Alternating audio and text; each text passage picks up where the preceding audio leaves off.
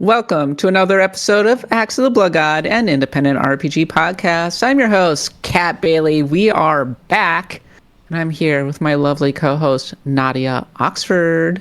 Hello, Kat. This week is the Game Awards, isn't it? What present are you and Eric bringing to Keeley for his birthday party? He needs I'm going to bring him a fresh new trailer for some RPG, I'm sure. Witcher 4, question mark? I guess we'll see. Also joining me is my equally lovely co-host, Eric Van Allen. I'm going to tell him to wrap it up about 3 minutes into the show. World premiere. Wrap it up. Wrap it up. Yes, this week, we are not going to be talking about the Game Awards, though that is happening on Thursday. Wow, another year, almost done. Instead, we are going to be celebrating the 30th anniversary of PlayStation, which celebrated its 30th anniversary earlier this week. PlayStation specifically has had a huge impact on RPG history over the years. We're going to talk about some of the ways that it has happened. Also, in this episode, we'll be talking about Path of Exile 2 hitting early access, Fantasian, it's out now, and Elden Ring 2 not in development, question mark? We'll get to all of that in just a moment. But first, if you enjoy the show, please consider supporting us on Patreon at patreon.com/bloodgodpod, where for just $10 a month, you get access to all of our bonus content, including our newly released Pantheon Drakengard, which sounded like a heck of a Pantheon, Eric. A heck of a Pantheon. Look, so this was a great time. This was a game that when it won, I was a little concerned, to say the least, which again, it won the popular vote. Everybody wanted to hear a Pantheon about Drakengard. And I got 3 guests, and I specifically sought out a lover, a hater, and a skeptic, and all 3 of them brought a lot of really great critical insight. We got into some really deep questions about what it means for a game to be impactful, how a game can be impactful, what a game can be, and the direction of Drakengard and why it is the way it is. And we came away with quite the last 20 minutes of that Pantheon are something else. There's something else. But I highly recommend, even if you don't ever plan on playing Drakengard, if you're ever interested in Yoko Taro's work and the way that team at Kavia, what would later move on to Square Enix and other places, make games, it's an exploration of all that, and it was a really good time. Excellent. Make sure you go check it out. A lot of great praise for the Drakengard Pantheon already, and it adds to our large collection of amazing Pantheon episodes that we have done this week. This over the last 3 years, I should say. Just this week. Oh my gosh. This past week, we also introduced side quests, and we did our first ever side quest vote, and the vote is done. The community has spoken. And the January side quest is, we are ranking the top 10 RPG battle themes. It's an RPG music quest. And we're doing a proper hootenanny. It'll be a lot of fun. Stay tuned. Look forward to that in just about a month. And of course, make sure to check us out check out our merch store at shop.bloodgodpod.com. And we're streaming this on Sunday, but nominally we stream the show on Saturdays at 9 a.m. Pacific, twitch.tv/bloodgodpod.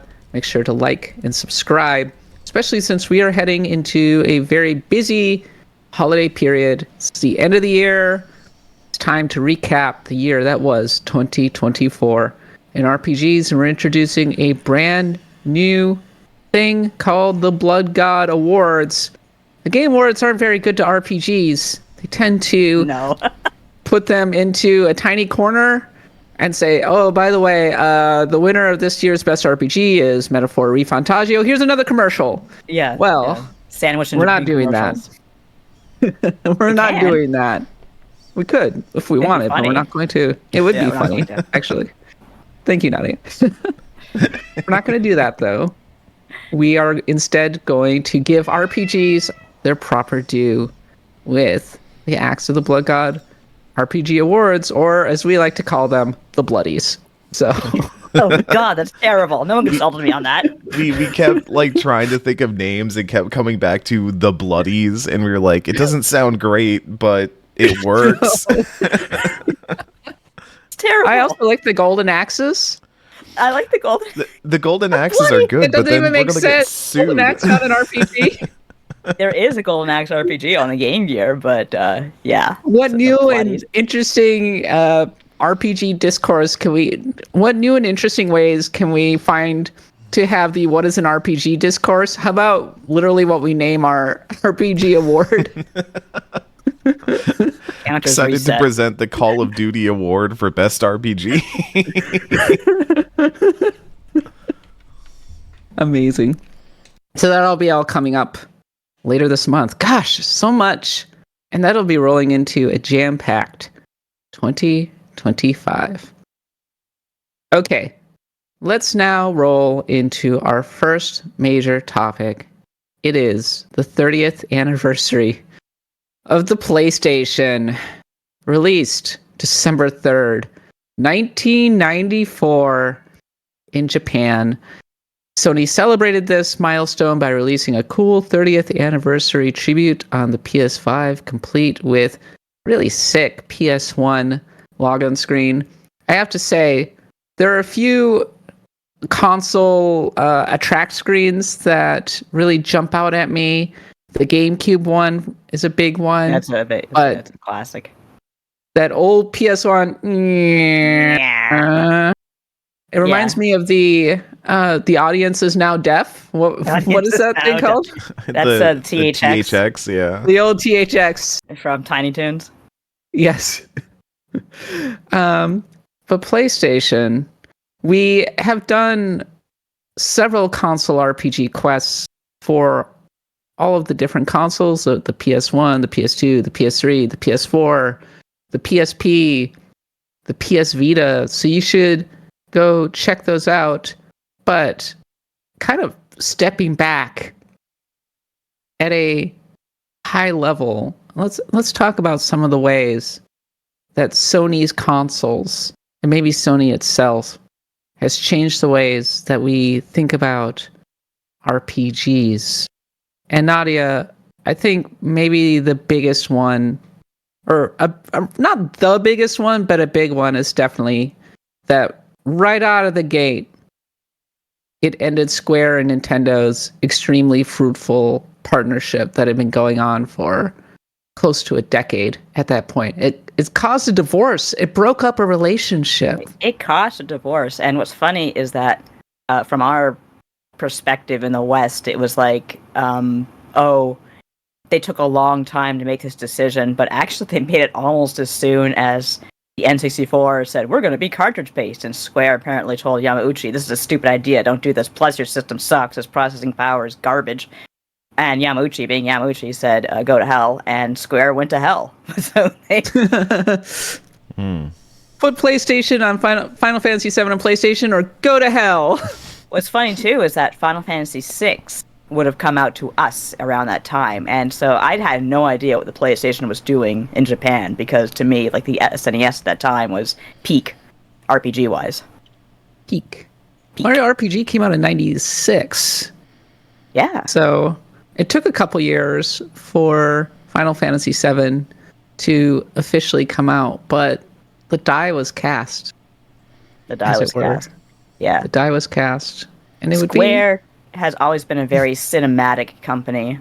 They still are. They have some of the best cinemas in the industry, I think. And I think when they saw that CD format and how they could use it to really get into that movie atmosphere they were really, really pushing for back in the day, they just kind of lost their minds and never went back. I think we talked about that during the Spirits Within talk too, that like that was obviously just like Square doing a movie and that's something that they've been aiming for a long time. But, you know, even back to the Sony and the PS1, it is kind of amazing how that one shift ended up shifting so many other companies over to, because I mean, N64 is notorious that if you try and go and find RPGs on that platform, you've got what, Quest 64, and that's really about it. You got Ogre Battle 64. There think is that's Ogre good. Battle. You're right.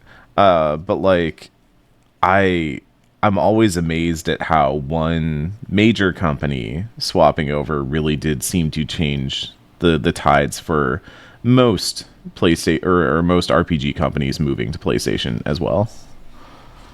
If you think about the evolution of the Japanese RPGs specifically, they've always been maybe more cinematic, more storytelling driven than a lot of different genres. Look back at the original Dragon Quest. Sure, it pulled a lot from Wizardry and Ultima, but I think what really stood out to people and what really grabbed their attention was the aesthetic, the artwork, the music. It was maybe one of the first kind of examples of what you would call a true shonen manga turned into an RPG format. And then as time went on, especially heading into Dragon Quest III, into the Super Nintendo, RPGs from Square and Enix really focused heavily on dramatic storytelling beats. So when the PlayStation headed into the multimedia era, it only made sense that a lot of these developers who were thinking in terms of making movies rather than creating an environment similar to a tabletop game like D&D, that they would be gravitating toward the system with the CD, the optical disk drive with the large amount of memory that would allow them to do incredible music and incredible cinematics.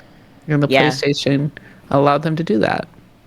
Definitely kind of let them explore their horizontals, as Laguna likes to say. But to build on a point that Eric made earlier, it was very weird for me to see all those, like Capcom, Konami, all these companies that were always about Nintendo, maybe the Genesis once in a while, but mostly Nintendo, just went over without a hitch. And I think part of it too is that Nintendo really did not win any friends during their time, especially with the NES when they were like throttling competitors, and they were notoriously hard to work with. Case in point, them sticking to cartridges in the first place because I'm assuming they had more control that way and could make more profit off the cartridge format. That really backfired. I mean, the N64 did okay in the West, but it just completely crapped out in Japan. I mean, if you want like a hot take out of all this, which is probably not that hot of a take, like it was the move that I think set up Nintendo to struggle on the console side for a while, because I think nowadays, especially my generation, I'm speaking for my generation right now. I don't know which one that is, but it's kids, not the kids anymore. Yeah, I'm not a child anymore, please. I'm not Gen Alpha, but like, I think my generation gets very rose-colored about the GameCube, for example, and to some extent even the Wii, and forgets that like Nintendo as a console company kind of fell way back for a while, and even the Nintendo Wii was hugely successful, but it was successful because Wii Sports was really, really successful.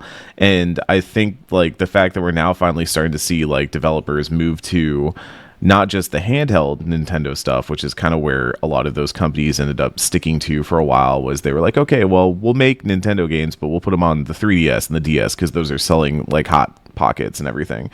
But pockets. Like, I don't know what hotcakes. That was the word I was trying to think of. There you go. They're selling like hot pockets out there. But like, now the Switch is kind of finally starting to bring a lot of those folks back home, but for a while like Nintendo was just on the back foot with its consoles, and I'm not saying RPGs were solely responsible for this, but seeing the massive exodus, it's hard not to say like, wow, there was kind of a moment where Nintendo lost a lot of ground. The GameCube nostalgia is kind of funny because back in the day, the GameCube was just dragged for that handle and for being purple. That handle lunchbox rips. It's for kids. I like the handle. Now it does, because kids have open minds these days. Back then, it's like, oh my god, first of all, it's purple, so it's gay. Second of all, haha, What? lunchbox. Wait, God, like- wait, what? What It's do you for mean, what? kids. It's for kids. Okay, And for back in no, the- for kids, it's the second part. Kids It's and the gays. okay. You don't Maybe it's remember, because I was born in basically Minnesota, but like that was Prince's color. That was the color of Purple Rain. That was the Purple Rain GameCube. okay. All right. Oh, okay. No, I Oh, never yeah. heard that, but I like it. No, it was You see definitely like Smash Bros. purple- Melee, and you're like Purple Rain. Look, the Purple 2000s Rain. The 2000s were a time, yeah. and I would say that it was a very well, I think the Xbox really exemplified the mood of the era. Yeah. Video games have grown up. They're more mature and action-packed, like Halo. Yeah. There's and such. a good Consoles are question. humongous. You can like clock somebody over the head with it. The Duke is could. like just something that you could toss and it would take somebody out. Yeah. Yeah, the controller alone is gigantic. So making something more, I don't know, aesthetic, small. I've used aesthetic a lot in this podcast. But it had something- cute little discs. That was cute. It was cute. It was so weird though to have like this big blocky thing and a tiny little disc. It was like putting, I don't know, a little top hat on top of a monster. I don't know how else to describe that. I do love my GameCube, and I will tell you from someone who was a kid at the time that the GameCube came out, like it was popular amongst the kids, but I can see how there might have been an older generation distinction, because there was a point where all we cared about was no longer like Smash or anything. We played some Smash, but it was mostly Call of Duty, Halo, stuff like that. So yeah. Yeah, the 360 took over, but actually, so when the PlayStation originally was rumored to be in development, it was appearing in game magazines, and it was super secret project. I remember thinking at the time, there's no way that PlayStation can butt in to this. And apparently Sony agreed, because of course Nintendo and Sega, and to a lesser extent PC Engine, were definitely dominating in Japan, and it was sort of hard to find a niche, I think, to break into that, starting from zero. But to the point where there was an interview with Sean Layden over on Eurogamer, a big retrospective interview, and Sean Layden said that Sony didn't even want to put their name on it. They didn't even want to put their name on the PlayStation because they thought that there was just no way that this thing could be successful. But when I think about the original aesthetics of the PS1 specifically, Nintendo revived the console business. PlayStation made it cool. Nintendo was always really good at family friendly. PlayStation was always really good at making their brand seem hip or cutting edge. I'm sure you remember the ads they had for like Tinshoda, what's the name of the stupid series? Battle Arena Toshiden. Yo, Battle Arena Toshinden? Toshinden, yeah, let's go. Yeah, and they Yeah. had Sophia, like, you know, with her leather on whips and making references to like wet dreams, and I'm like, this is Okay, weird. I Sony like was this. not unique in that. Like Sega was doing the same stuff like 5 years earlier. That's Nintendo Not was the as only one bad that as was But really referencing doing wet it. there was dreams. Teenage Boy, which was very much the games like Eternal Champion, and then there was games that were coming there. But then there was games like Wipeout, and a lot of the racing games specifically on the PS1, which just sort of oozed cool. They did soundtracks really well. They did. on Like, that they really thing. took advantage of that, the CD format. That Nintendo had something really interesting going on sound-wise with the N64, in that with the cartridge format, it could automatically load changes in the song. Like, when you go underwater in Mario 64, and then you go on land, you will hear, like, percussion that wasn't there before, and that comes in instantly. But the problem with the N64 sound is that it sounds so muffled. It's when Yeah. And that's one thing I think that was contested a lot in the early days, when like people were just finding out about these systems, like what can CD offer that cartridge doesn't. And of course they said the space, but the trade-off is that Nintendo has this anti-aliasing technology, which is supposed to make the Jaggies look great, and they didn't. They look like crap. But when you're playing a game like Wipeout, you don't care about the jaggies. You're just moving really fast and listening to cool music. So Nintendo couldn't really offer that at the time.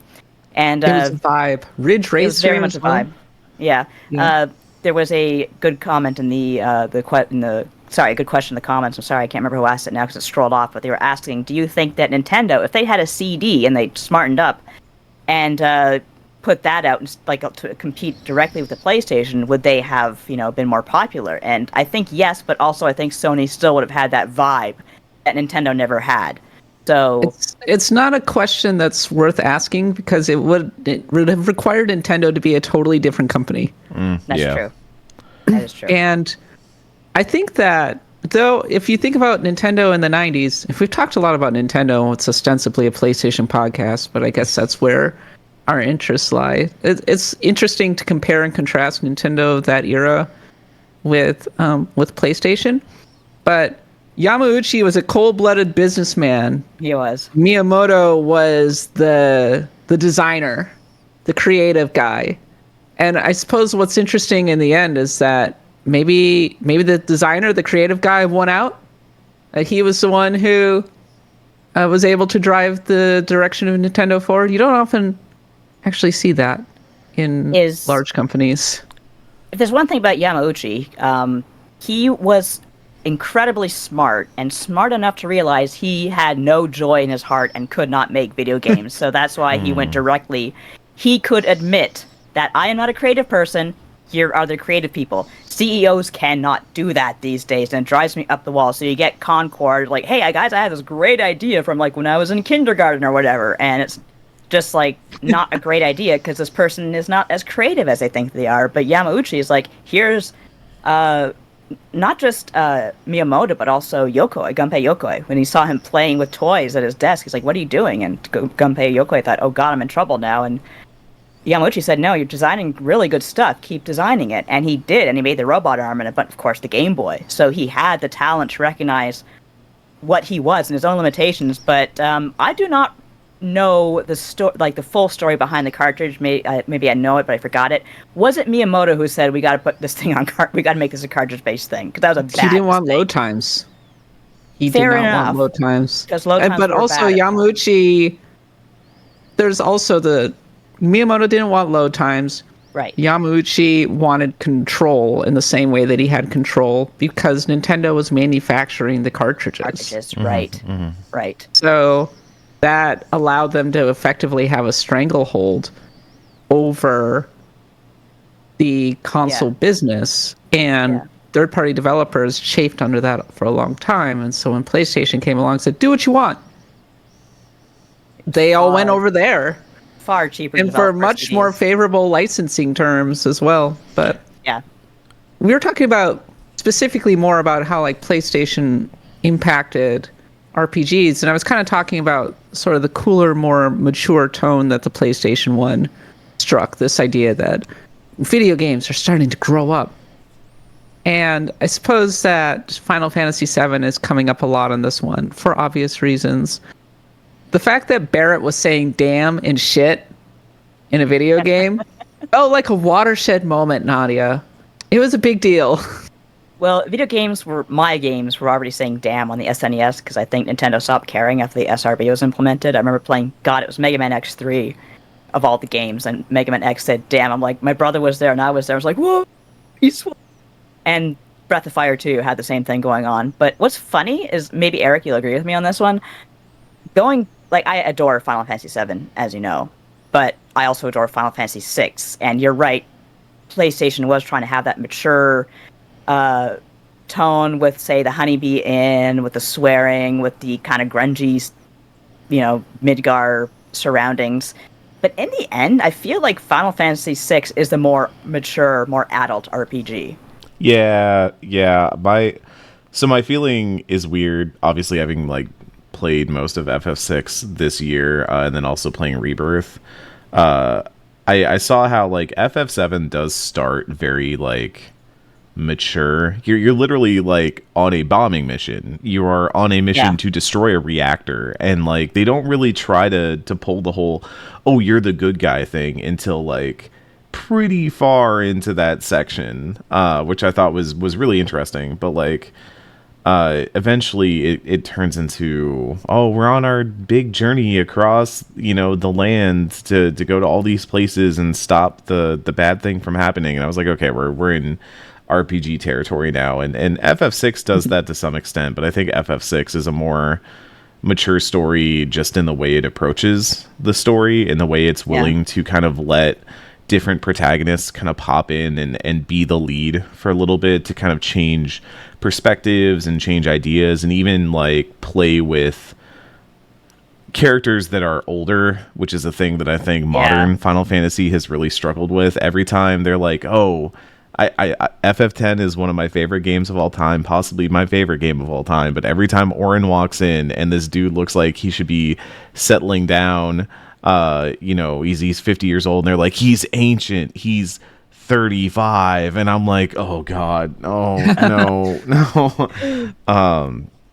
But to that, like, if I do think about the ways in which once things moved over to the Sony side, I think it was the level of production that started to give them the ideas of like, this is how we're going to change RPGs, which did eventually lead to FF10, and I think the advent of really long cutscenes, voice unskippable.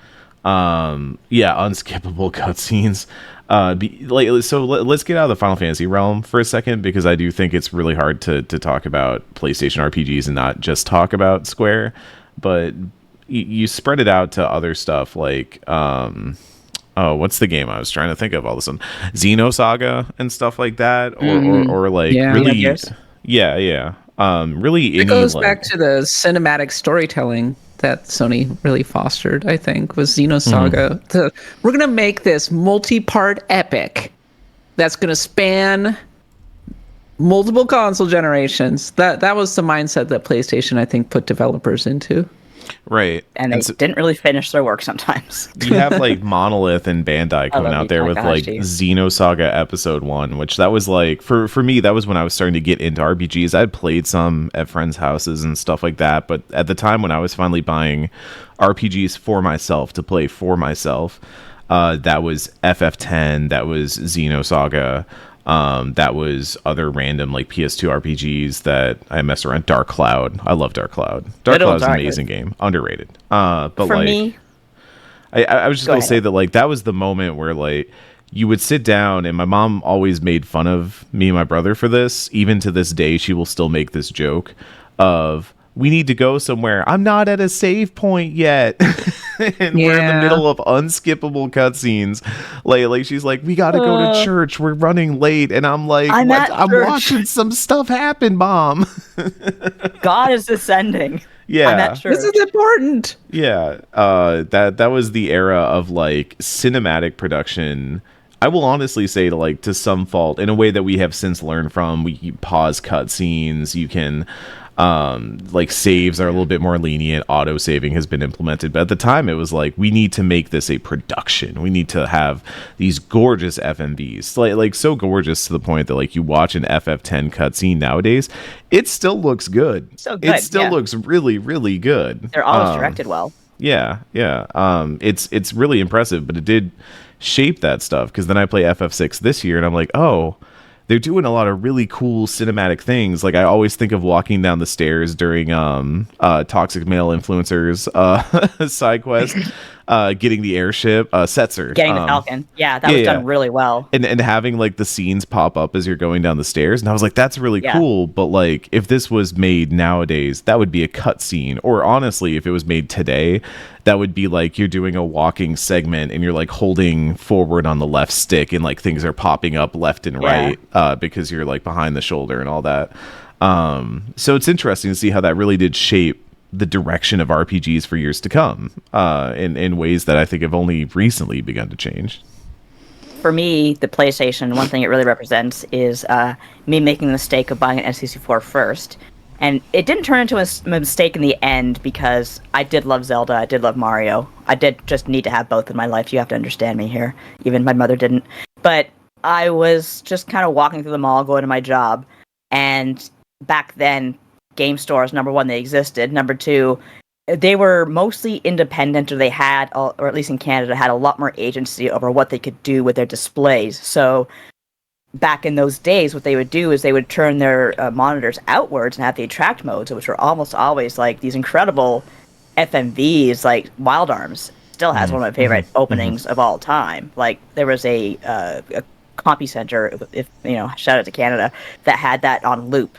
And not only does it have that, it has like a really cool intro as well, where you see one of the characters and you find out what happened to them and how they kind of like got cast out and start the game as a nobody. And you have this scene where he's walking like through a snowstorm, and it's just done really well, even though it is sprites. They are doing these effects that you could not see on the on the N64 or the SNES. So that really impressed me, and it was one of the reasons I actually got Wild Arms. It's a good game. I still play it from time to time. Fantastic soundtrack, underrated. I think something I'm about into it. I think something about that era, especially like now that we're going back to it so often with indie games wanting to go back to that like low poly aesthetic. Really is getting a lot of mileage this podcast. It's Aesthetic. the thing What are that the like days? amazes Screaming me hear it. about that look is like people were so ambitious with it because it was the idea of, oh, we get to create this like 3D world now. We don't have to be limited to either like 2D sprites or mode 7. Like now we have like polygons that we can like play with, and but there were still limitations that at the time they did look breathtaking, but I think even now there was a level of creative expression with them that was like really exciting of people just trying to make what they could with the limited amount that they had. And so you get these things like even Grandia, you go back to Grandia, and I think of that one a lot of like, that was a really interesting looking RPG. Like FF Tactics has like really evocative looks. I will never forget fucking Dorder, is it Dorder Port City or Dorder Town City, where it's those little alleyways and houses, and there's like one tower that one archer is up on that like kills everybody. Like they created these little dioramas and landscapes and things that were just so different from what you see on a Super Nintendo. And I'm not trying to pull a like one is better than the other, but it was like this new world It's funny of that possibilities. Tactics Ogre came out on the SNES before Final Fantasy Tactics ever came out on the PlayStation. So it's in so many ways the SNES RPGs walked so that PlayStation 1 RPGs could run. But when a lot of that momentum from the PlayStation 1 continued into the PS2 era, and it became a very dominant console. But when the PS3 struggled, so did Japanese console RPGs. And I think it's not for nothing that in the 2000s, we cover this quite a bit in the console RPG quest, that Xbox did, because the Xbox was made from off-the-shelf parts and was effectively just a PC in a box, it became a welcome vector for a lot of PC RPGs to enter console for the first time, specifically BioWare and Bethesda leading the way. And these games also came out on PlayStation. Morrowind came out on PlayStation. So did Morrowind come out on PlayStation? Actually, I'm thinking of Oblivion came out on PS3 eventually. Yeah. Often, though, they weren't the best versions. Yeah. Skyrim infamously had a terrible memory leak Is it Fallout on the 3 PS3. also? I think Fallout 3 also had huge issues on the PlayStation, if I remember right. Yeah. Bethesda didn't play well on the original PlayStation. Mass Effect, people forget this. Mass Effect began as an Xbox exclusive. And when Mass Effect 2 finally came out on the PS3, it was pretty well done, but they never did release the original Mass Effect, I don't think, on the PS3, so they had to do the motion comic. That's pretty funny, actually. Pretty wild. So I was just going to say the history of Mass Effect is, and its releases on console is really, really funny because you have Mass Effect 1 on 360, Mass Effect 2 on 360 PS3, and then Mass Effect 3 on 360, PS3, and I think it was Wii U at the time. It came out on the Wii U. It was like Wii U or Wii, one of the two. I think it was Wii U, but like that was the funniest one. Was they were pushing this like new port of like the third game in a series that's very much about player choice and your choices mattering across games, and they're like, "Come play the third one, like, jump in here, it'll be fine." Come on in. Come on in. Yeah. Though through a weird quirk of history, Diablo on PS1 apparently not too bad, actually. Hey. So there were PC RPGs and dungeon crawlers coming out on PlayStation consoles. They just tended to be overshadowed a bit. But I mean, Nadia, we've talked about this extensively on the podcast. It wasn't, the PS3 was not an amazing time, especially early on. No, for it really stumbled Japanese out of the gate. consoles. Yeah, a lot of, because the PS3 was so expensive and so big and so difficult to develop for, Square infamously kind of struggled initially. Games like White Knight Chronicles weren't very good. Sorry. And then, so a lot of developers went over to the Nintendo DS and over to handheld. PSP, the Vita. They became major homes for Japanese console RPGs. You could even argue that because the PS3 struggled so much, Monster Hunter found its home on the PSP and blew up. That's as a interesting. result. Well, and it Yeah, eventually. You go ahead. I'm just wondering, like, did we ever find out a firm reason why Capcom went with the PSP instead of making it like a console-based RPG from the start? It did start out as a console-based RPG on the PS2. Oh, okay, and then it moved to PSP. And then, but it blew up on the PSP. Okay, Justice, one of the fun things about doing this podcast live, by the way, is that you get fact-checked in real time. Justice goes, PS3 barely had RPGs. Me stares at Demon Souls. It's true. I think one of the chief legacies of the PlayStation as a whole is definitely the rise Eric of From looks like he wants Software. to cause problems. I Okay. want to cause some brief problems. I'm not gonna say the PS3 didn't have games, but like I would say the early part of the PS3 definitely had problems, especially on the Japanese side of It came things. to its own, but it I'm gonna took time. take the two largest RPG developers nowadays. I would say from Japan specifically, Square, Final Fantasy. You have FF12, and before that FF10, FF11 weirdness. But like you have several ones on the PS2, and then for the entirety of the PS3, I think we only get Final Fantasy 13. Put a pin in that because I have a point to make about 13 separate from this. But then like kind of really nothing until like eventually 14 came to PS3, and then they left PS3 because they were like, oh man, if we want to upgrade this game, we really need to leave the PS3. You could see the jump from Heaven's Word to Stormblood. Like, it was just goodbye PS3.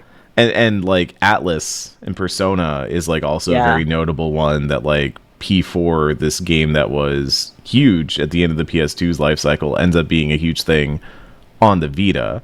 And carrying forward, like P5, I guess, came out on PS3. If you played Persona 5 on the PS3, please write in to the Blood God Pod mail. I would love to know about your experience.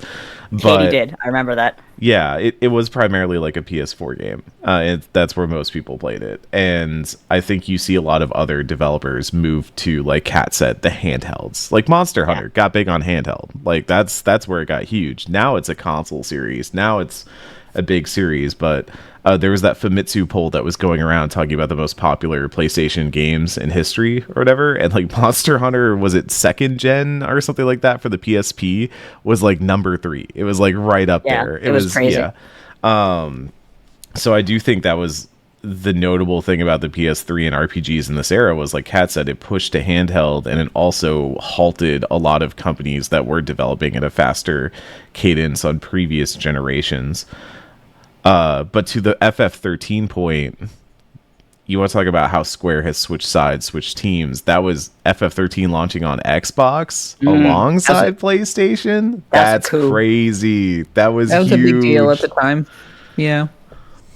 Yeah, It really I spoke was to writing at where the the time. really spoke to where the PS3 was circa 2010 thereabouts. Yeah.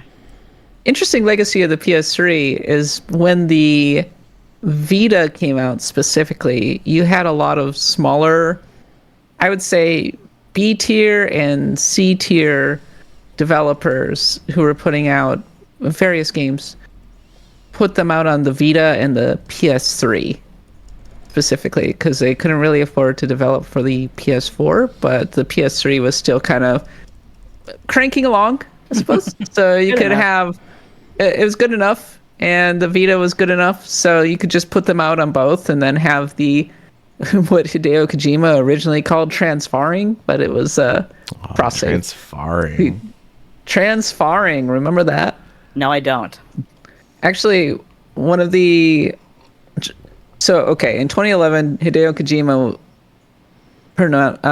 introduced the concept of Zone of the Enders and said that it was coming out on both the PSP and maybe the Vita, both the Vita and the PS3.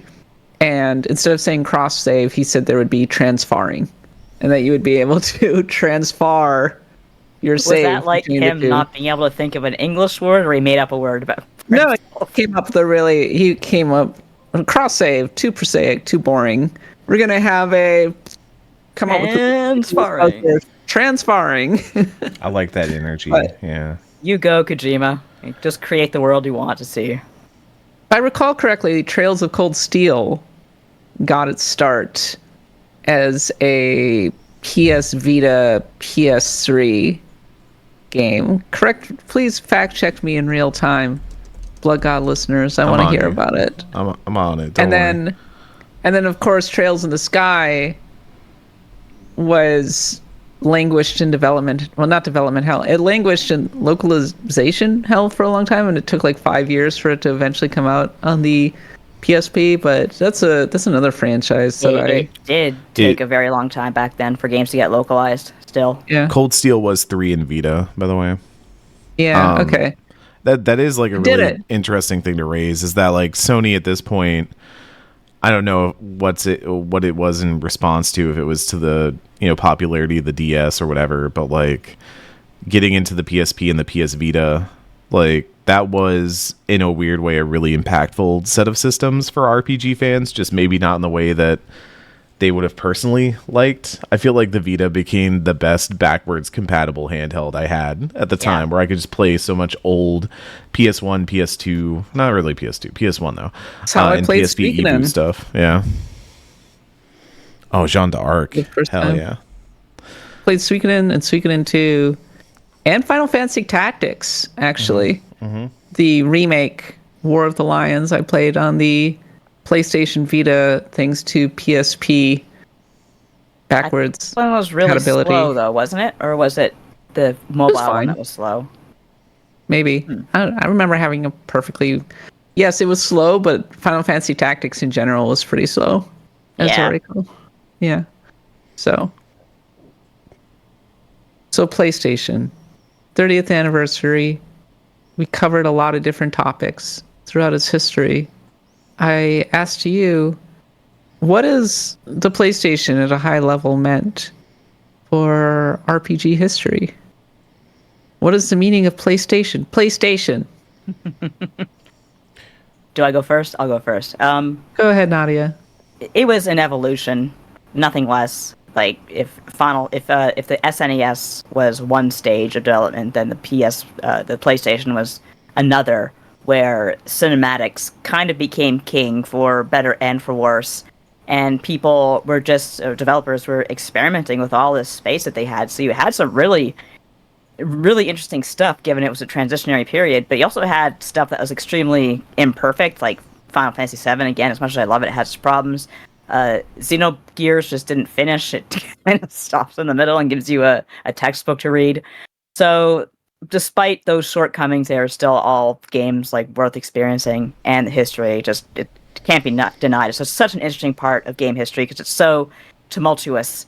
It's even just the transition from Nintendo loyalty to Sony loyalty was just unheard of back in the day. If you looked at game magazines at the time talking about the new systems that were coming out, for a long time, it was just, oh, this is Sega versus Nintendo, and that wasn't the case at all at the end of it all. Justice, shout out to the PlayStation and the Vita TV. Real ones will remember the time that I tried to buy Nadia a Vita TV so she could play Persona 4 for the first time. Yeah, that did not go well. Yeah, buying it in Canada was actually pretty expensive, as it turned out. Very frustrating. Yeah, but I got a Vita. I had to go. I got the Vita at like this little hole-in-the-wall store in the Bay Atrium. If you live in Toronto, you know where that is. But I had to go to the Eaton Center to get a battery because they didn't have the battery because stupid proprietary Sony battery nonsense. Proprietary memory cards too. Yeah. And that's what killed the Vita, I think. But anyway. Yeah. A lot of things killed the Vita. Proprietary memory cards was one of them.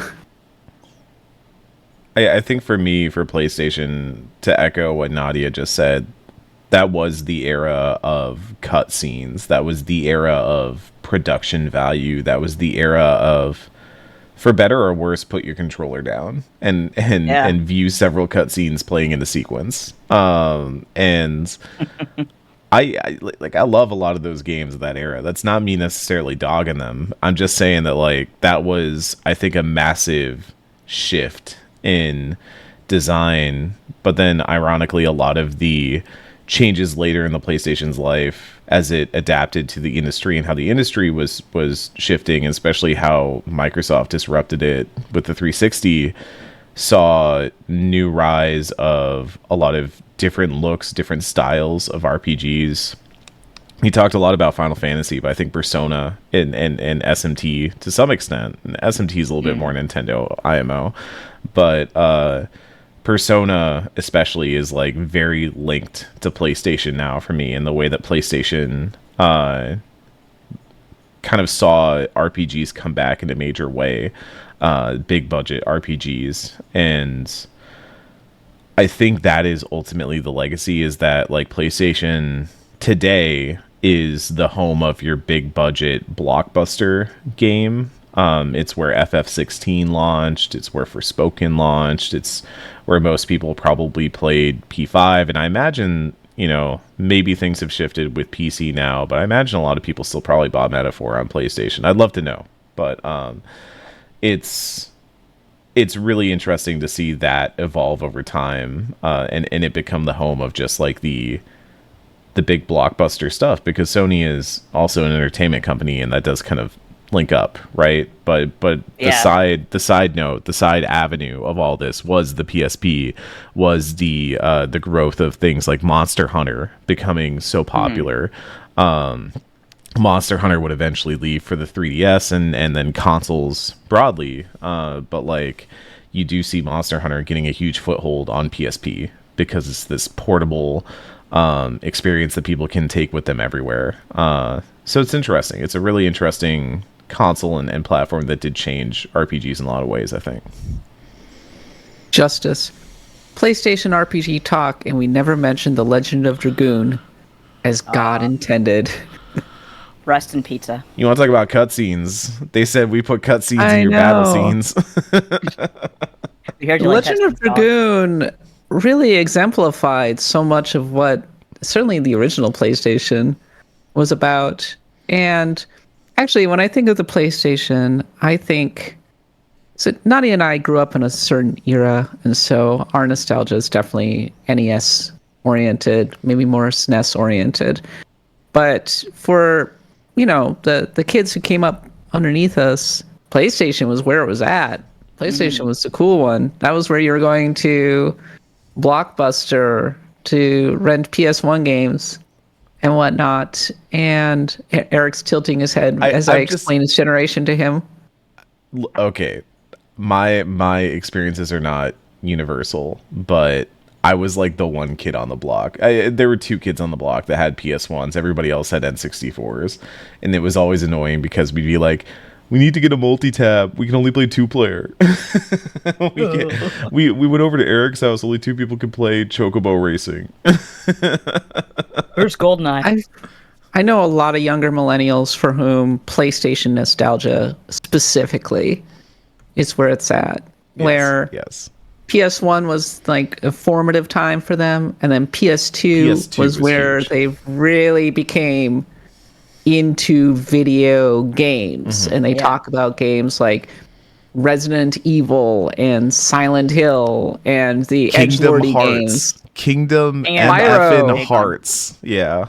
Honestly, games like Spyro and Crash Bandicoot, Spyro specifically. So the PS2 is so PlayStation good. defined an entire generation. For me, PlayStation is when games went supernova. Where, did you know that I think the PS1 has more than 4,000 games Sounds about on right. it?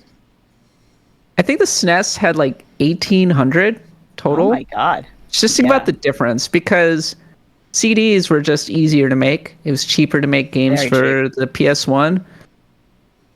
Video games were very well established at this time. The PS1 sold like gangbusters. It was crazy how successful the PS1 was in Japan specifically. It was a very different era in many ways. And when I think of the PS1 and the PS2, I think about how I can go looking, deep diving into RPG history, specifically RPG history, and find so many gems that I've never really heard of before that make me go, well, what is this thing? This thing that never came out to North America, but one person decided to translate and localize. Thank you, your secret hero.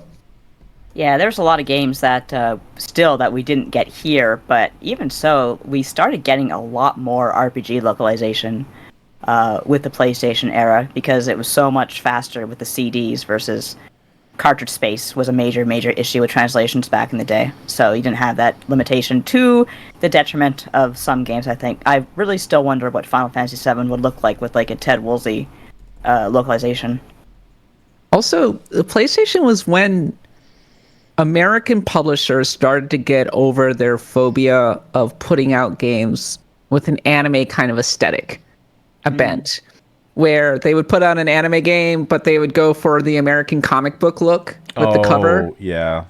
or bog standard fantasy. Look at the old Shining Force covers, for example. I remember, like, look at the cover for the original Suikoden versus Suikoden 2, and you'll notice there was a shift in attitude around that time. So anime, the PlayStation's rise coincided with the explosion of anime in North America. It's and in Toonami. Japan, That Toonami power. and in Japan, it coincided with the revival of anime, thanks to shows like Neon Genesis Evangelion. A note I want to leave there is also one thing we haven't talked about is how the PS2 was a DVD player, and that was a huge thing. And so as DVDs were getting imported, that was how I watched Evangelion at too young an age, was renting DVDs of the Evangelion collection from the local video store and putting them into my PS2. That's how you grow up. Absolutely. So you become a man. That's how you learn. If I ever have kids, that's how it's going to happen. I'm going to be like, son, it's time to watch Evangelion. You're ready for depression. You haven't taught me how to shave yet. So I put it to you, dear listener. It's PlayStation's 30th anniversary. What are your biggest memories? What do you think the PlayStation's legacy in the RPG space is? Is there anything that we missed? Want to hear about it? cat@bloodgodpod.com. Drop a message in the mailbag channel, or hit us up on social media. We're on Blue Sky now. Did you know that? Axe the Blood God. Come on over. Okay, that's it for our main topic. Now it's time for a series, Random Encounters. Visions of Mana director Ryosuke Yoshida has quit NetEase to join Square Enix. Dragon Quest III HD 2D is at 2 million copies sold. Not too shabby. Meanwhile, Pokemon TCG Pocket has surpassed $200 million in its first month. Jesus Amazing. Christ. I have not spent a dime on that game, thank God. I bought don't the thing. intend to. I bought the thing. I bought the bought thing? gold, I have, but I have no I have idea what the to do with pass. it. You Oh, have you the got the past? pass? I have the free trial. I got the free trial. I got the free one. Yeah, I- but I- I Yeah. bought I gold. get and to don't know what open do with more it. packs. Mm-hmm. I get to open more packs. I'm currently banking all of my hourglasses for the next set, because a new set's supposed to drop before the Me end of the too. year. Me too. So I have almost like Big time. 200 hourglasses saved up. I'm ready to just Me 10 too. drop on this thing. Ready to go. I've Ready to been go. I'm like 0 on hourglasses because I'm just like so frantically looking for certain cards. Eric, I just packed the sickest Charizard EX, complete with little animated cutscene Oh, really? yeah, it's really neat. So certain EX cards have little cutscenes that zoom in and you get an animated version of that card. I showed y'all Nice. my God pack, right? I got a That, God like- Yeah. pack. It was What's a 2 God Gengars. pack? it's all full art hollows. Like the entire That's pack. crazy. You got 2 Gengar EX I got hollows and 2 one. like rainbow border Gengar EXs. I got the Mewtwo EX rainbow border. I got another Weezing full art, and I got the Marowak EX, which is great because I run a Marowak Primate deck. So I've used 10 years worth of not packing anything in Ultimate Team to pack like everything in TCG Pocket. oh, we love to see it. Is that Yeah. the Cubone I see on the left there? That Cubone full art is one of my favorites. I do have a Marowak in here, but yeah, I'll drop a better screenshot in the Discord, but I'm It is feeling so- pretty good. I'm feeling It is pretty so good. crazy how Pokemon is the most capitalistic thing you could possibly mention in the history of anything, and yet some of that art on the Pokemon cards just it's so lovely and It's so so good. warm.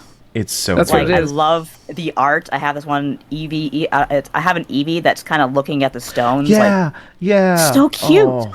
That just is how they get me every time with it, because like my cold dead heart is like Pokemon is a machine designed to separate me from money, but then they like release art and it's just like the cute, or they do like I have a skateboard on my wall with an Umbreon on it. I don't know how to skateboard. I cannot. If that had wheels I on thought you it, could which skate. it doesn't have wheels on it right now. It's just a board. It's just a wall hanging. It's just art, basically. I didn't know you could do that with skateboards. That's yeah, why yeah. it's such a good. That's why it's such a successful lifestyle brand. It's because the art is so incredible. Oh dang, he's right. There's no stop. wheels. Yeah, you just wall I hang love it. it, though. Oh, I love it Are so you gonna much. are you gonna put wheels on it and skate on it? No, it's art. It's there for my amusement. But there you go. It's a really like. I saw a commercial the other day that's really clever. Where I've actually seen this last year too. They seem to air it around holiday time where everyone's getting together.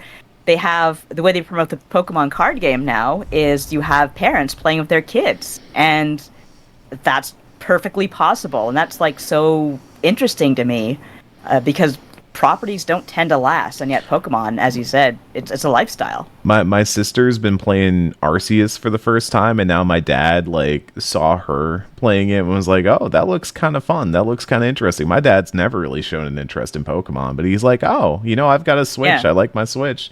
Maybe I should try Arceus." And I was like, "You know what? Honestly, of all the Pokemon games you could play right now, Arceus is a pretty good one. I think it's a pretty good one. enjoyable one." So I'd take it over Scarby, that's for sure. Yeah, yeah, me I take too, it over unfortunately. any of the Switch ones, especially for somebody new to the series. Like you get to do the Yeah, thing yeah. where you throw the ball and catch something. It's very fun. Speaking of Pokemon TV, it's back.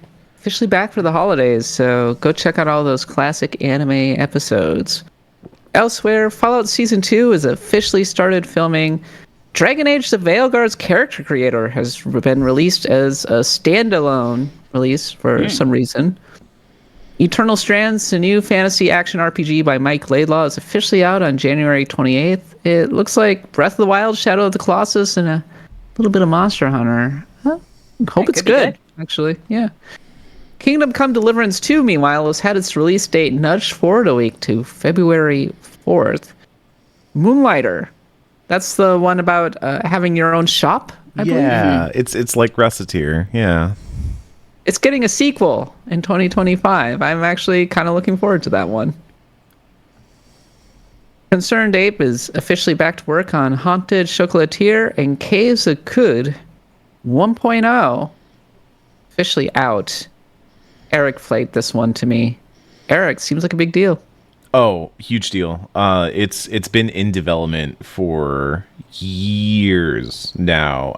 It's definitely one that I think the most diehard RPG fan you know in your life, especially the ones who are like, we need to play the classics. We need to return to the classics, is like very hyped about Caves of Cud. But I've played about an hour or 2 hours of it so far. I've not gotten super deep, but it is fascinating. It is. I think if you saw Moonring, the year the Moonring came out, and we're like, oh, this is onto something. This has like those Ultima vibes. This has those like classic RPG vibes. Caves of Cud is something that you should probably look into, because my understanding is that the 1.0 really added a lot of onboarding and tutorialization and explanation of what's going on. But I love that it even has like roguelike features to where you can play permadeath from the jump if you want. Like, you could do this giant RPG in permadeath mode. Is just beautiful to me. I love that. So yeah, it's really fascinating. I want to spend some time over the holidays with that. I think, like, probably put it on my Steam Deck and get really cozy with it. So yeah. Okay, we're rolling now into the tavern. We're settling in by the fire. We're talking about some more of the big topics that are happening around RPGs. And the first one, so Hidetaka Miyazaki was recently at an award show, and he was quizzed briefly about the future of Elden Ring specifically, and he said, interestingly enough, that From Software is not considering Elden Ring 2 at this time. It's seemingly not in development. So if it's not in development, it'll be a very long time before we ever see a proper sequel, but that they're continuing to develop the IP, and that, who knows, we could be getting spin-offs, we could be getting different versions of Elden Ring, and meanwhile From Software is working on a variety of different projects as we speak. Seems like they don't want to be just kind of put into the Soulsborne bucket, that they want to have broaden their reach, broaden their horizons. They can kind of do anything they want at this point.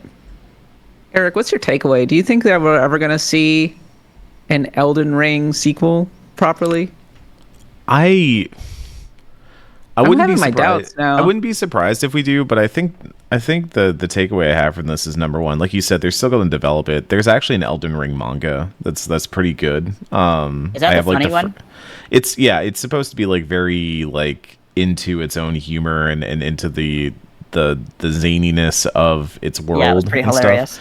But like, so I see some development in that, and also like, secret level is that thing that's being made. I could see like at some point a secret level doing like an Elden Ring episode, or somebody trying their hand at an anime or a movie or something like that. So that wouldn't surprise me. But like, I think in terms of FromSoft, the cool thing is that I think FromSoft has basically earned a golden ticket at this point to just make new IP and still be successful, and still probably stick within the bounds of games that we know them for, and game styles that we know them for. But they have escalated to that echelon that really only a few studios are at these days. Your CD Projekt Reds, your Larians, your things like that, where they have made RPGs that are so ubiquitous that they can just kind of make whatever they want next, and it's going to be really important because it's the latest game from the studio that brought you, among other games. Like Souls was big, Bloodborne was big, but Elden Ring was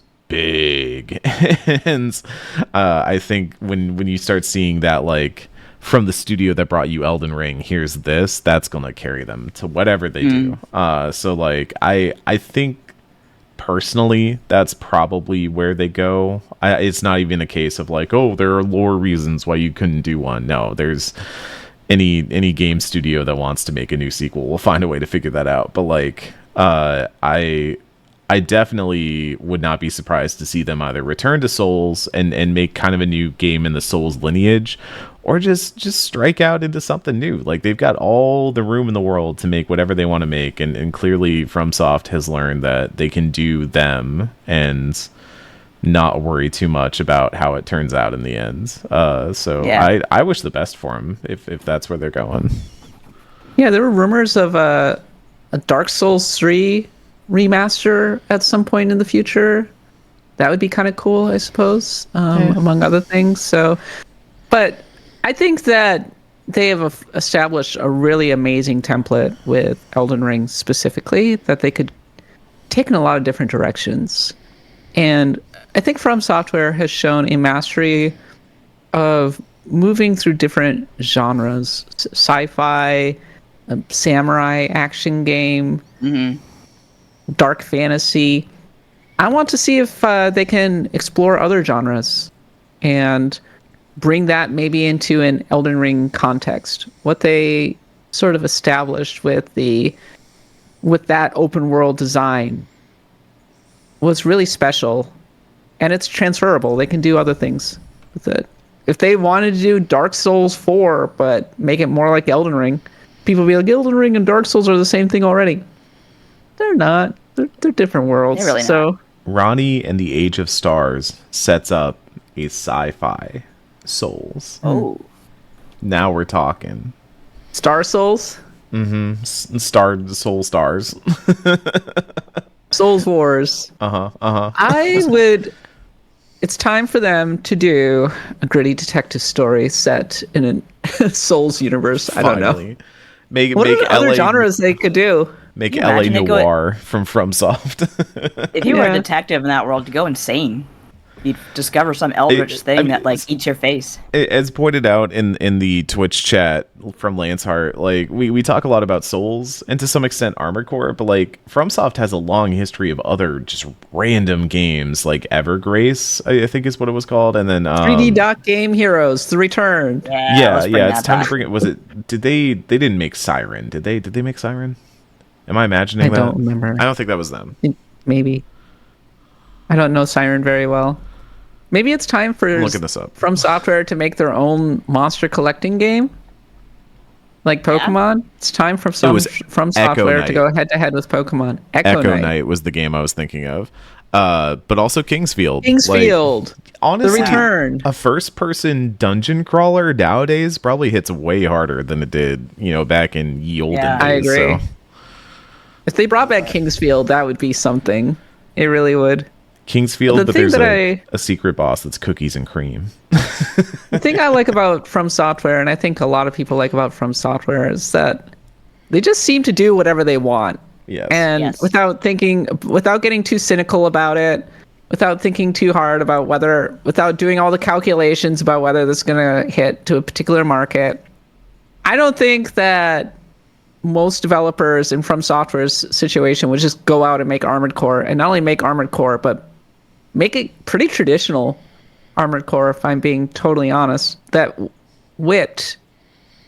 And I think that's why From Software has a 100% approval rating. But take your time, Hidetaka Miyazaki, and I look forward to seeing what's next from Software.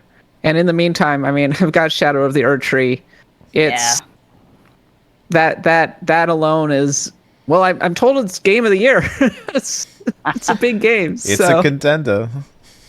It's a contender. Okay.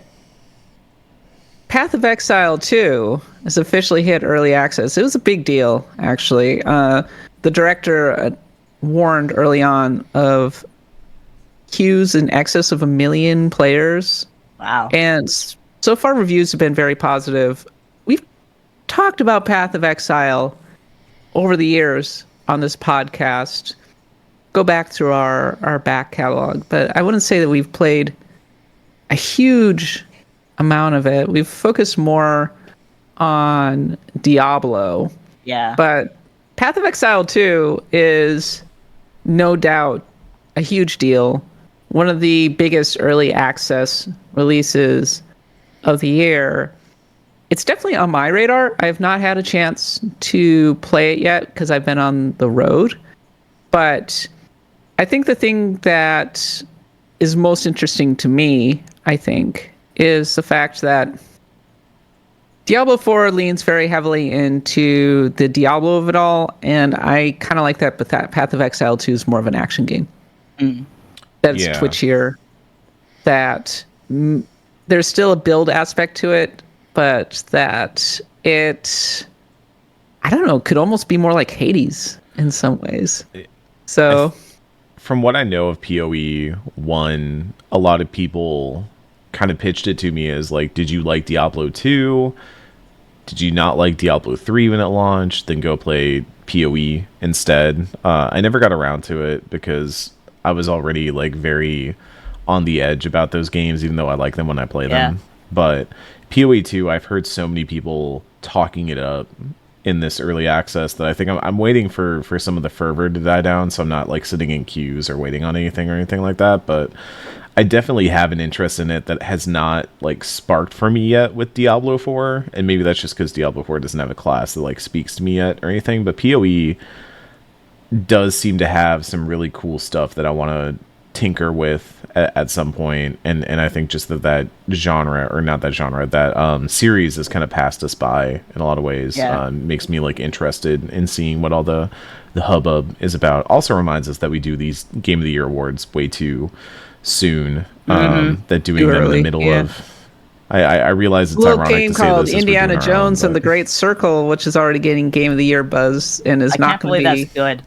I thought it was going to be a disaster. I mean, it's machine games. machine They do good games. games. That's true. If somebody knows something about beating the piss out of Nazis, man, it's machine games. It's funny. I actually hated Indiana Jones when I played it, so I'm glad that it's good. But maybe it's just a game that didn't demo well for me specifically. But I found it pretty boring, actually. But I guess that's just me. Yeah, girl. That's just you. But That's just you, Kat. that's just me. Sometimes you're the outlier, and that's okay. That's okay. But as for Path of Exile 2, the thing that you should know is that it's the first 3 acts in early access out of what I believe will be a total of 6 acts. And from what I'm able to understand, you play through the 3 acts twice to be able to access what is available in the end game at this moment in time. IGN did a review of it. Travis Northup has been playing it. Travis really knows his Diablo games, and he says, at its early access launch, Path of Exile 2 is already shaping up to be the sequel we've been waiting for. Everything from the refined fundamental action RPG to the surprisingly fleshed out endgame has seen major improvements. And the half of the story we've got so far shows plenty of promise, even if the setting feels a little generic in the realm of dark fantasy worlds. The downside is that you'll have to slog through all 3 acts twice to reach the end game. The loot game also needs some major tweaking to more consistently reward us with usable items, and some mild to severe technical wonkiness might take the wind out of your sails if things go awry. So, not surprising to me that loot is something that Grinding Gear Games needs to really work on, because this always happens. This happened with Diablo as well. Yeah. Diablo 3 had to really rework their loot systems in response to player feedback and other issues. So it's not surprising to me that the early part of early access is struggling a bit on that front. Technical issues. Path of Exile has consistently been very ambitious over time. They just dump a ton of stuff into these games. And Path of Exile 2 has really grown a lot, and I think it's obvious to me that Grinding Gear Games is really taking a swing with this one, so not surprising at all to me as well that it has some technical issues. I think that I'm going to be waiting a bit before I jump into Path of Exile 2. Ideally, when all 6 acts are available. One thing that I like is when a game goes into early access, content complete. Because I don't want to, if I'm playing through it, I don't want to have to go back and then play through it all again just to be able to get everything. So I think I'm going to wait for it to have all 6 acts. And not a bad idea. Yeah. Yeah, and then I'll get into it, but it's very much on my radar. On your radar too, Nadia? I know you've played Diablo in the past. Yeah, I do like Diablo a lot, and I used to play a lot of free-to-play dungeon shooty crawler games by Gameloft. I used to review them back in the day. So I Dungeon like the crawler format. shooty games. Let's get the new genre just dropped. But I don't like to play early access games, especially like a game like this, which really needs a lot of retooling by the sounds of it. Something like Hades 2, I consider, but I this played sounds the like it's still kind of, shit out of Hades too. Yeah. this still sounds like it has some considerable jank. So I'd rather wait.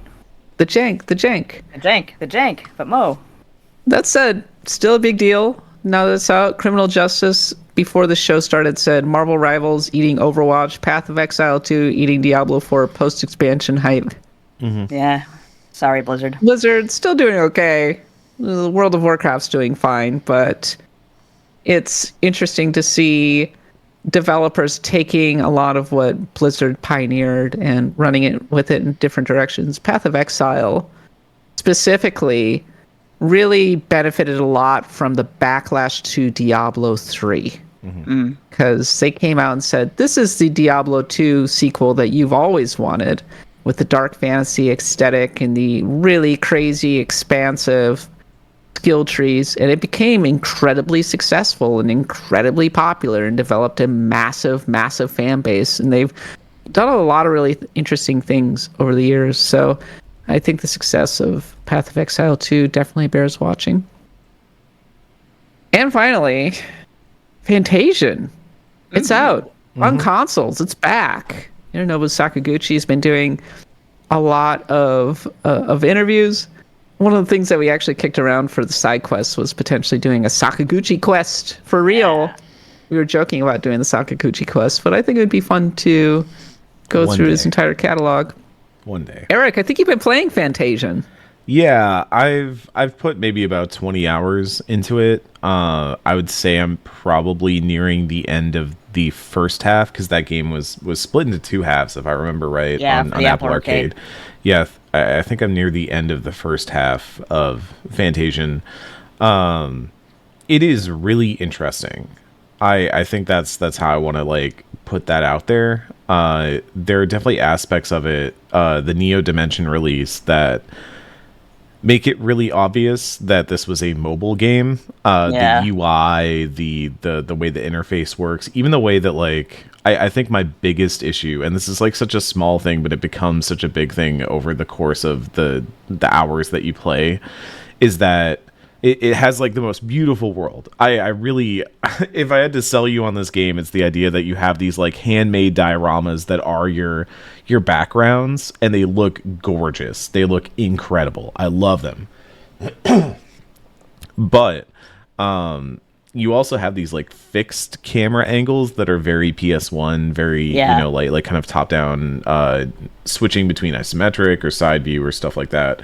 But whenever you switch camera angles, your stick direction like doesn't naturally switch, and so you kind of start like running in directions that don't seem right and stuff like that. So I got used to the idea of the second I would have a screen transition, I would just like dead stick and like let go and then start moving again. And that gets really annoying when you're like moving through towns and stuff like that. So I know that's like a really minor thing, but it ends up being a really big thing when you're walking everywhere in the early game. But that being said, like I think it is, a lot of people are calling it like a very classic Final Fantasy experience. And I would agree with that. It has a lot of the calling cards of classic Final Fantasy, whether that's the mix of fantasy with sci-fi, the idea that there is like high level like crystal enabled machines and things like that, but then you also kind of have fantasy characters that fight with more magic or bows or swords and things like that.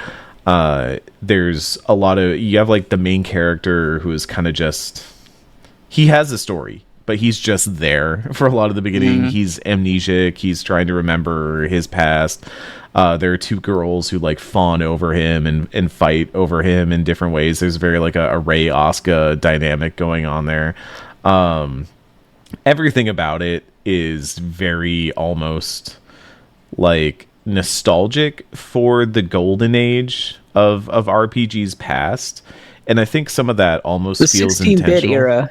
Yeah, I think a lot of it does feel like Sakaguchi and his team really saying, could we make one of those today, and how would we make one of those today? And to some points, I like that. I like the dialogue's a little bit sparser than you might be used to. It's not like like there's certainly text conversations, and it does a cool thing where sometimes they'll do flashbacks and you'll have like a visual novel, and it reminds me of like Near Replicant and the way you would do like the Forest of Myth in that. There's some like cool moments where I think that actually works super well as like a style switch up to just kind of like change things around a little bit. But overall, like the big draw is the way it does the battle system. It has the dimension, which lets you put random encounters inside like a machine, and then once it like fills up or whenever you want to pop it, you can just say, I want to fight all my random encounters right now, and you just fight them on a big board, and they all start spawning at the same time.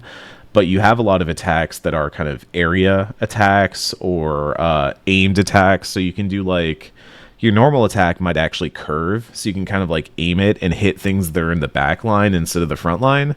And then you can use the magic version of it to hit everything in that line instead of the first thing it contacts. So you can do this stuff where you can basically curve shot a holy through an entire lineup of enemies and do a ton of damage, and then maybe hit like one of the pop-ups that's on the field that gives you an extra turn or gives you more damage. Other characters can do like circle attacks or like straight line attacks and stuff like that. And it feels very interesting to play. It feels very different and novel to play. And I was worried that the move from touchscreen to controller was not going to carry that over well, but it does. It works super well. So That's like, good. I think the only hangups I have, I've heard that the second half gets weirdly difficult. I don't know, because some people were playing on hard, which is apparently the difficulty that it launched with on Apple Arcade is like the default. And apparently the modern Neo Dimension has normal, which is like an easier version, and I'm playing on normal because that's a normal. I'm playing the normal difficulty. I don't want to play like shout outs to everybody who wants to play the classic difficulty, but if you put normal in front of me and you say it's a little bit easier than hard, I'm gonna take normal. I've got limited time on this earth. but like I'm interested to see the difficulty spike. I'm interested to see where the story goes, because the story's been waffling back and forth between really, really interesting and kind of tedious. So but I'm at a point where it seems like it's starting to really ramp up again, so I'm excited for that.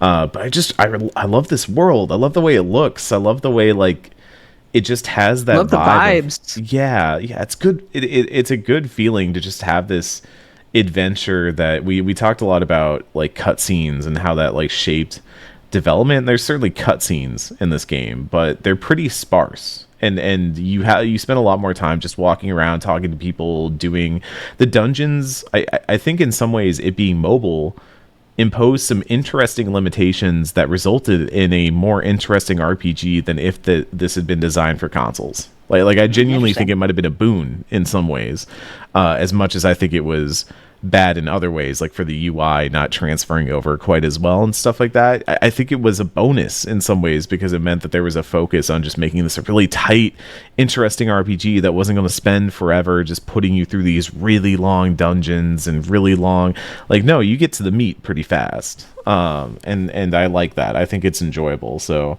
I think it's a nice little interesting end of the year thing, especially for people who vibe with, classic RPGs, new takes on classic RPGs, and want something like that. I think it is interesting. I'm not going to try and say it's like, I think if it was eligible for RPG of the year, it would have a really steep climb ahead of it compared to the heavy hitters that we've had. Yeah, but been a pretty big year. It's one that I think I'm gonna remember fondly, even if just for the art and the different take on dungeon crawling and random encounters in battle. I'm going to keep playing it, so I'll probably keep talking about it in future pods, but yeah, definitely one that I think is fascinating, especially for the listeners of this podcast who want that kind of stuff.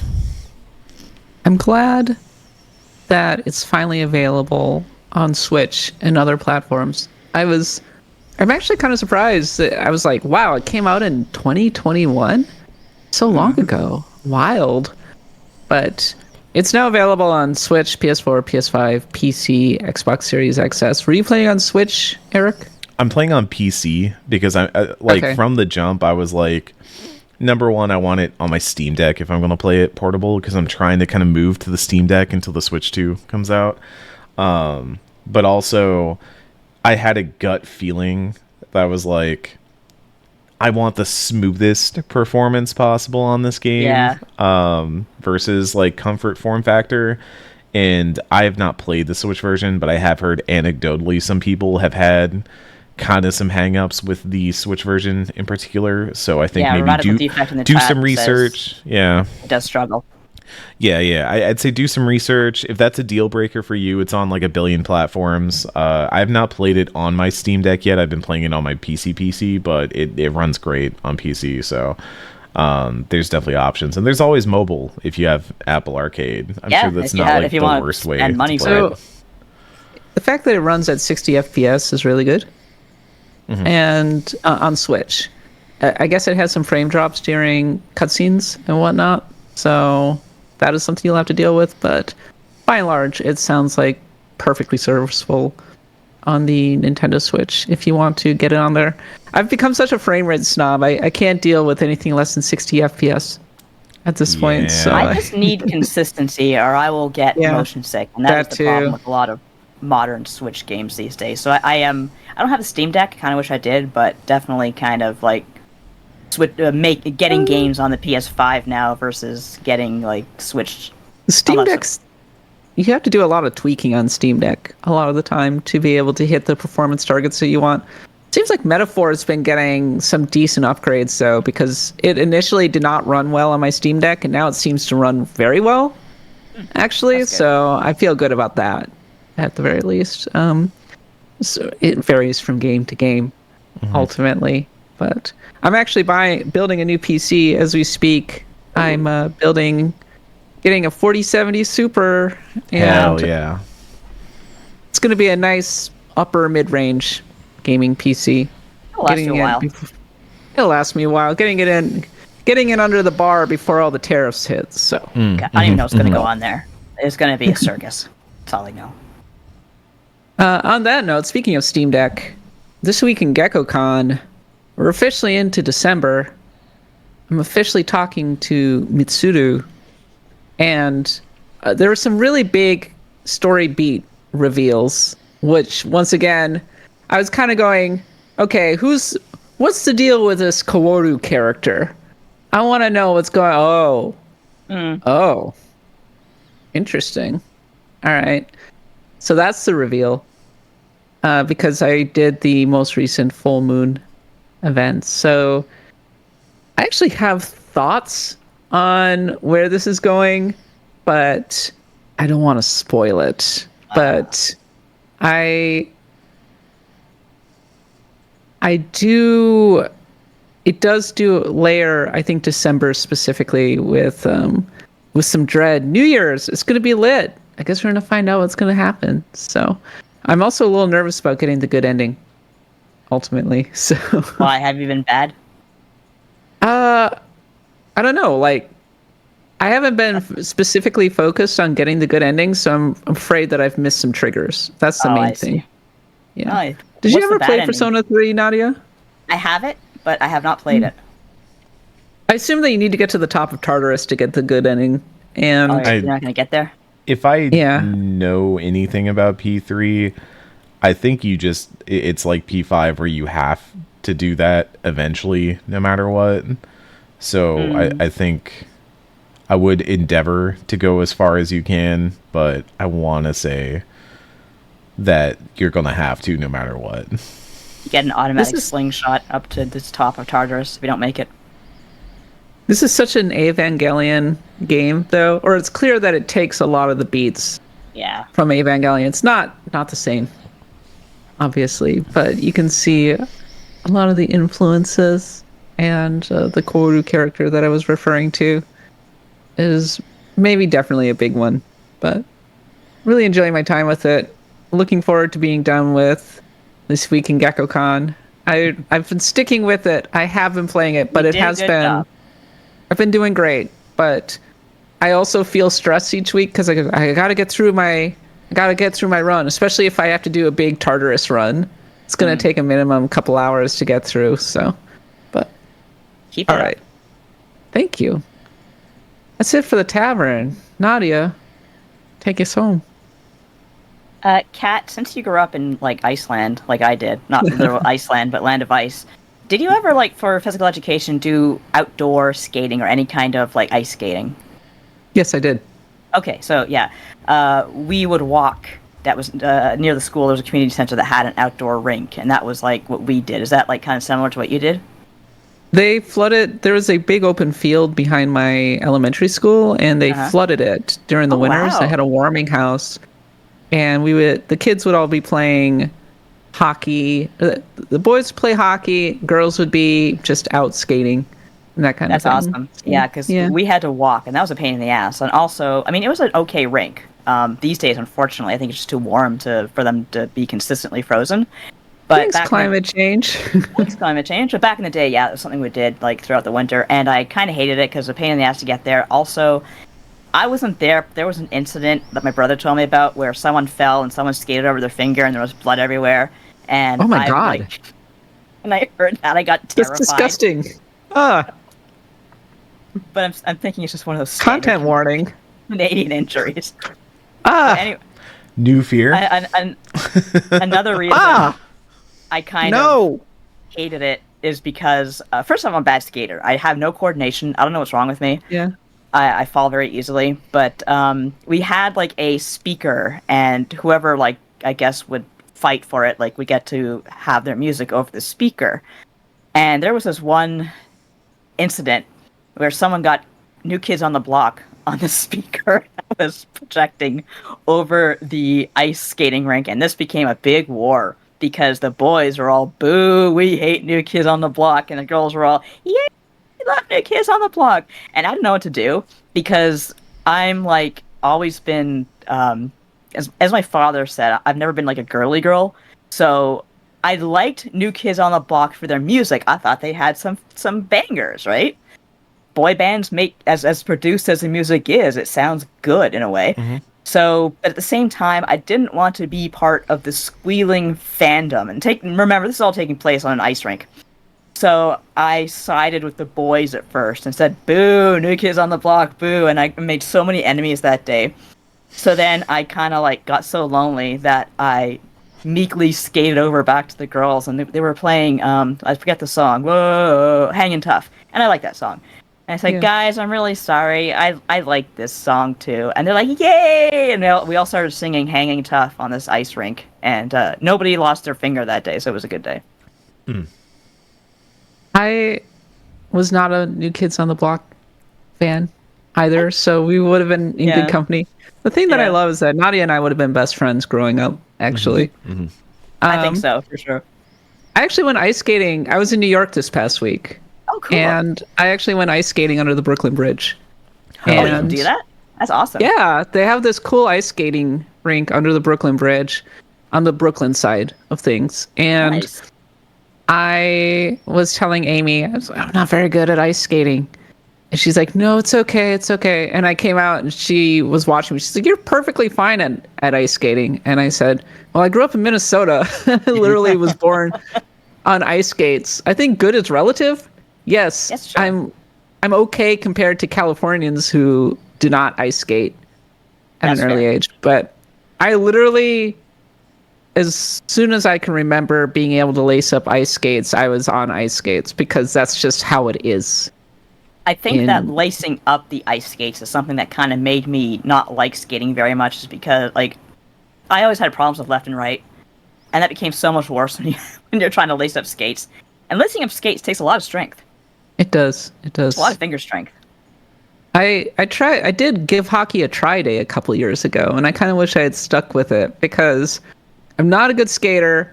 I can't skate backwards, but I know hockey well enough that I knew where to be on the rink, so I was actually relatively dangerous despite not being athletic at all. And it would have been kind of fun to actually stick with it.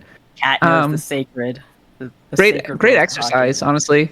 I yeah. should have had a goal. I wasn't able to tuck it away. Ultimately, the goalie managed to get a stop on me. But Fun fact about myself: I shoot left. really, All my brothers and I, we shoot left. You don't know why. interesting. Interesting. Yeah. Eric, do you skate? Nope. I was born in Wisconsin, but You were born in I moved. Wisconsin. You're a Scotty. You don't skate. No, I moved down here pretty fast. And This shit's cold. there's not a lot of opportunities to go. I mean, you have to go to a skating rink in Texas, and there's maybe like one near me that I could reasonably go to. And I feel like live beside one. there's constantly an effort to like raise awareness of hockey and skating and stuff like that down here, but I really don't think is. it's ever took because we just don't have like that isn't the culture growing up. Like the culture growing up is football and now kind of more nowadays soccer and stuff like that, but like it's And yet, it's nevertheless, other sports. Texas stole my hockey team. Yeah, we do that. They do that. They just like effortlessly conquer. We have Jerks.